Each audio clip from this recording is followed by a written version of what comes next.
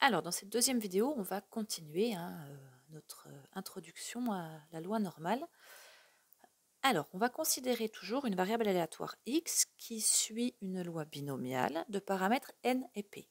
Alors, p, je vous rappelle que c'est la probabilité d'un succès quand on fait une expérience.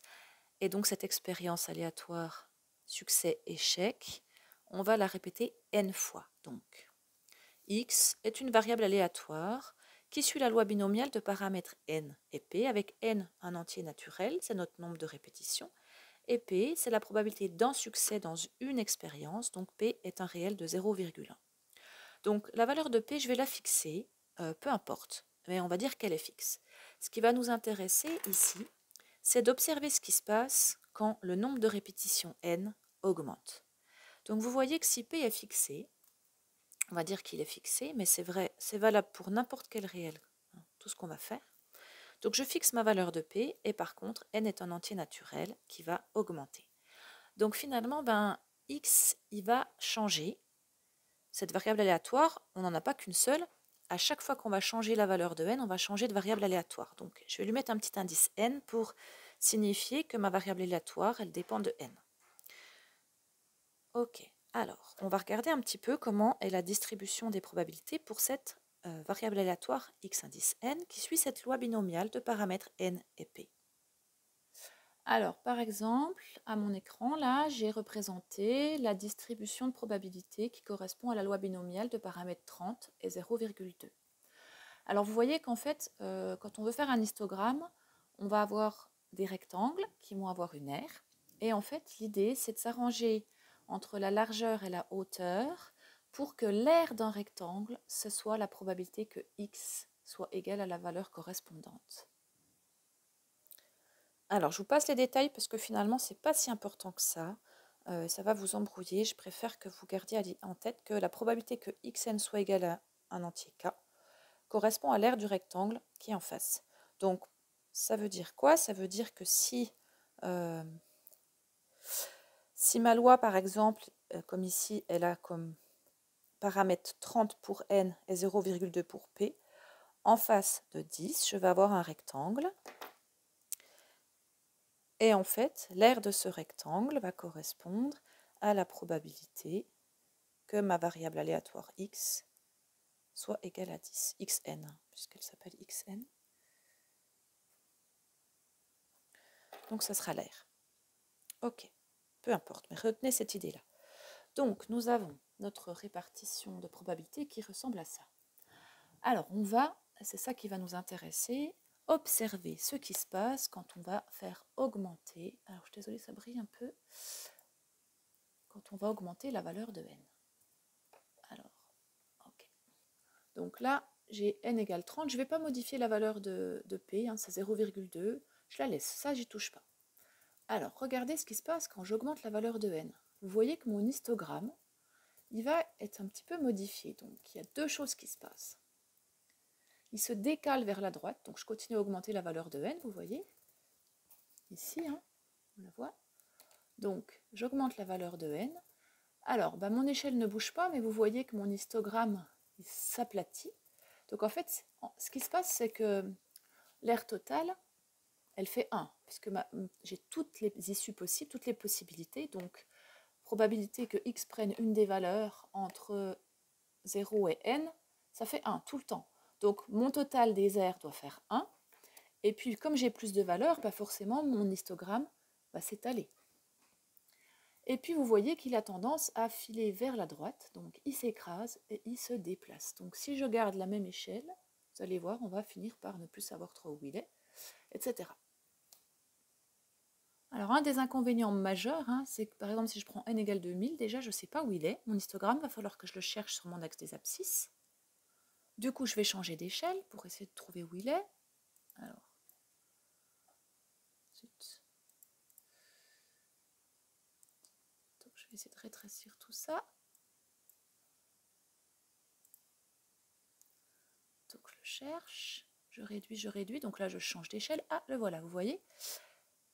Mais du coup, vous voyez que mes bâtons, je les vois quasiment pas, parce qu'ils sont tellement petits en largeur que je les vois plus. Donc si je changeais d'échelle dans l'autre sens, ben, peut-être je verrais quelque chose. J'ai agrandi hein, sur l'axe des ordonnées, voilà ce qu'on a. Et puis je vais réagrandir un peu sur l'axe des abscisses. Mais là je suis obligée de changer d'échelle. Dans l'autre sens ça serait mieux. Ah, je recommence à voir mes petits bâtons.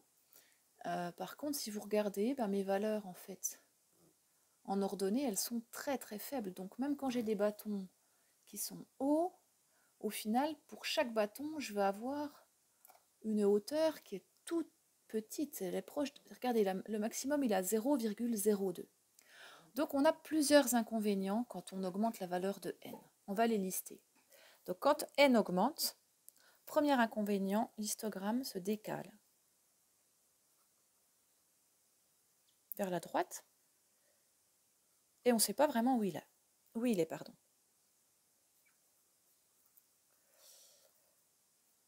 Le deuxième inconvénient, c'est que comme on a un nombre possible de valeurs pour xn qui devient très grand, si par exemple je prends n égale à 2000, xn peut prendre ses valeurs entre 0 et 2000. Ça me fait 2001 valeurs possibles. Donc, comme le total de mes probabilités il reste toujours à 1, finalement, chaque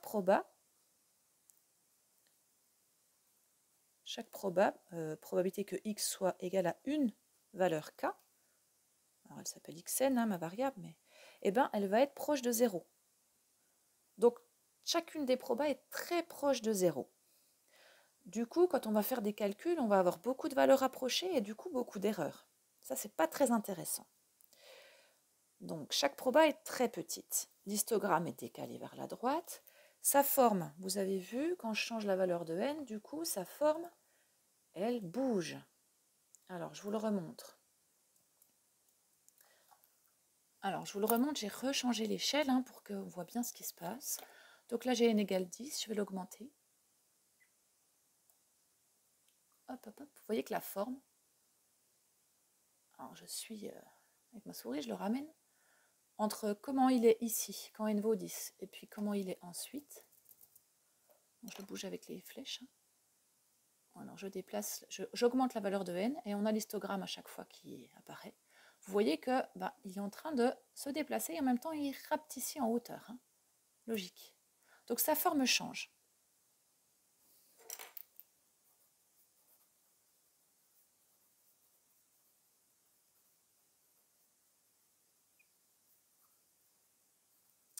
Ah pardon, je pensais que j'avais arrêté de filmer. Donc la forme de l'histogramme change. Donc ça ne va pas être pratique parce que nous, ce qu'on voudrait, c'est avoir un modèle qui soit fixe. Alors pourquoi on voudrait que ce modèle il soit fixe? Parce que imaginons qu'on fait une analyse de sang et qu'on veut mesurer le taux de cholestérol. En fait, qu'est-ce qui se passe quand vous faites ça?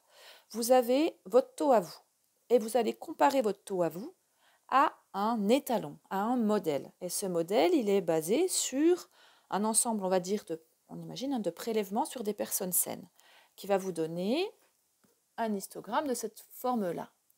Et vous allez comparer vos résultats à vous aux résultats de votre population témoin, si on veut bien, donc d'un échantillon de taille n. Sauf que si vous avez un échantillon d'une taille différente, vous avez vu que votre modèle il va être complètement différent. Donc vos valeurs seront ailleurs et puis vous ne saurez pas comment faire pour comparer. Ce n'est pas pratique du tout.